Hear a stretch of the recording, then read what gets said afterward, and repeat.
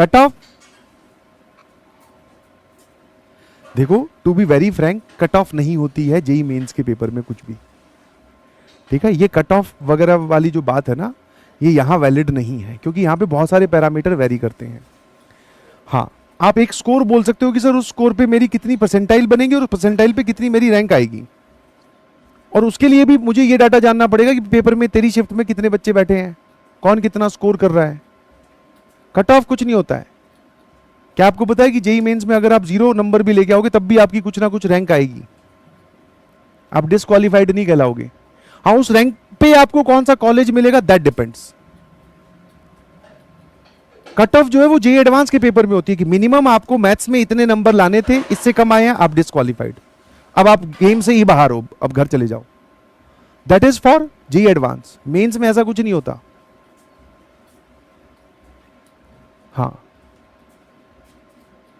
और अब की बार मैं आपको फिर से इतला कर दूं कि फिजिक्स और केमिस्ट्री थोड़ी अच्छे लेवल की पूछी गई है। केमिस्ट्री में बच्चों का इनपुट ये था कि कैलकुलेटिव सवाल आए हैं।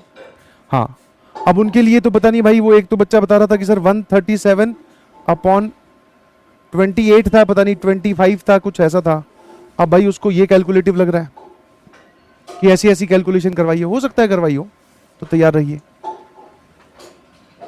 है ना। Safe score is always 200+।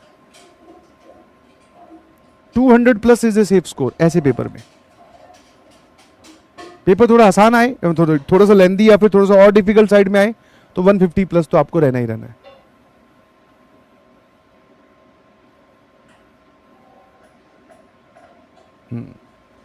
Physics easy है ये, बिल्कुल सही। तो ठीक है, मेरा काम था आपको एक बार थोड़ा सा समझाना और अभी थोड़ा सचेत करना कि जाग जाओ, टाइम बहुत है। आप हर चीज में अपने आप को अगर पिछड़ा हुआ फील करते हैं कि मेरा बैकलॉग है, मेरी 11th बर्बाद है, तो अभी उसको बहुत अच्छे से दुरुस्त तंदुरुस्त मजबूत करने का पूरा आपके पास में टाइम पड़ा है। बिलीव मी, एक बार थोड़े से सीरियस हो जाइए, क्योंकि आजकल की जनरेशन में एक सबसे बड़ी चीज जो देखी जा रही है, मल्टीटास्किंग है, इंटेलिजेंट बहुत है, समझदार बहुत है, बट साथ साथ में पैरेलली डिस्ट्रैक्टेड बहुत है। तो आपको बाकी जनता से आगे निकलने के लिए थोड़ा सा लेस डिस्ट्रैक्टेड होना है बस, क्योंकि बाकी जनता बहुत डिस्ट्रैक्टेड है।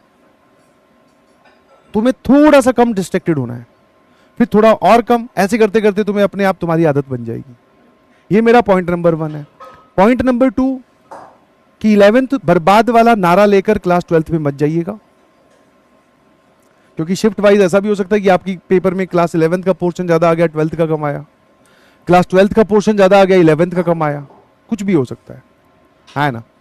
इसलिए थोड़ा सा कोशिश करो, अभी आपको छुट्टियां मिलेगी, ठीक है।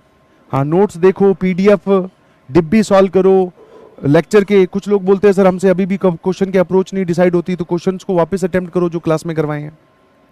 फिर एक सबसे बड़ा डाउट जो बच्चों का इस टाइम पे निकल कर आता है कि सर मेरी 11th पूरी बर्बाद है, मैंने कुछ नहीं पढ़ा, क्या मैं 12th कर सकता हूं? तो हाँ भाई, ये तो सनक और धुन चढ़ने की बात है। जिस दिन चढ़ी, जिस दिन सनक लग गई कि हाँ यार ये सब आसान आसान चीजें पूछ रहा है, मैं कर सकता हूँ, मेरी क्लास के टीचर्स ने मुझे ये सारी चीजें बताई है, मैं अगर थोड़ा सा ध्यान से सुनकर चीजों को आगे तक कैरी कर लूँ क्लास 12th के एंड तक, तो मैं ये इन सवालों को तो सर फोड़ फाड़ दूंगा। तो जिसको ये धुन या जिसको ये चीज फील होगी तो बिल्कुल कर सकते हो। और अगर आपका सेम एटीट्यूड रहा क्लास 12th में भी, यहां से थोड़ा पढ़ लिया, थोड़ा नहीं पढ़ा, डिस्ट्रैक्टेड है, मोटिवेशन नहीं है, डिप्रेशन है, पता नहीं क्या क्या, जो कि होगा भी, मैं आपको ऐसे मजाक नहीं उड़ा रहा हूं, बट उसके बावजूद तुमने पढ़ाई नहीं की तो फिर रिजल्ट तुम भी जानते हो। तो 11th चाहे पूरी बर्बाद है, बट अभी भी आपके पास में बहुत इनफ टाइम है, हाँ कर सकते हो। 11th सेव्ड है, बहुत बढ़िया। ये कुछ नया निकाल के लाए हो तो